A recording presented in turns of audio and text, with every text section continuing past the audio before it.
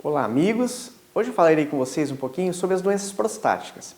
Lembrando que muitas vezes nós só falamos do câncer de próstata, nós ainda apresentamos outras patologias no ser humano e que devem ser lembradas que realmente a ocorrência delas podem ser abordadas e realmente tratadas e o paciente realmente ter um curso aí de resolução do seu problema.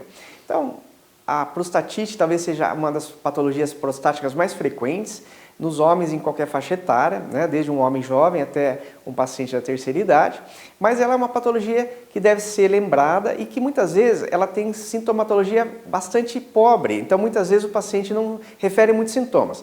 Talvez um desconforto na parede abdominal, principalmente na região pélvica, né, muitas vezes algum ou desconforto na questão urinária, não necessariamente tendo dor, mas às vezes tendo uma inconstância na frequência urinária e que acaba sendo um motivo de desconforto para esse paciente.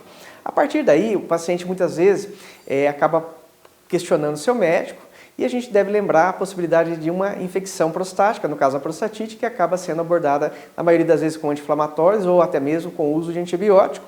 E a resolução é bastante frequente e, obviamente, que o paciente evolui bem.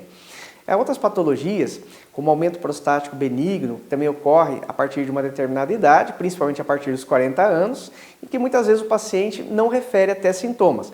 Mas na investigação de prevenção, a gente acaba fazendo não só exame de toque, o PSA, e também, muitas vezes, um ultrassom acaba se diagnosticando essa ocorrência.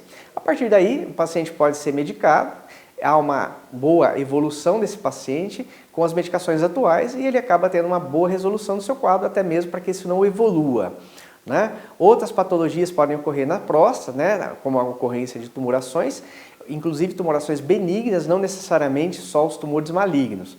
Então, a partir do diagnóstico também de uma lesão tumoral, há-se de fazer muitas vezes a realização de uma biópsia ou até mesmo, dependendo das características, a abordagem cirúrgica definitiva que o paciente acaba sendo exposto e na maioria das vezes você acaba curando o paciente.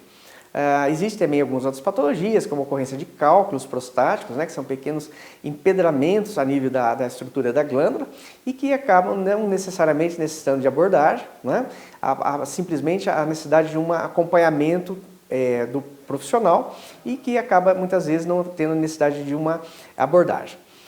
Falei de alguns tópicos bastante simples, bastante frequentes para nós e que devem ser lembrados no dia a dia dos homens, até porque muitas dessas patologias têm uma ocorrência em qualquer faixa etária e o paciente merece toda uma abordagem para que a resolução seja o quanto antes e que ele tenha, né, uma qualidade de vida bem restabelecida.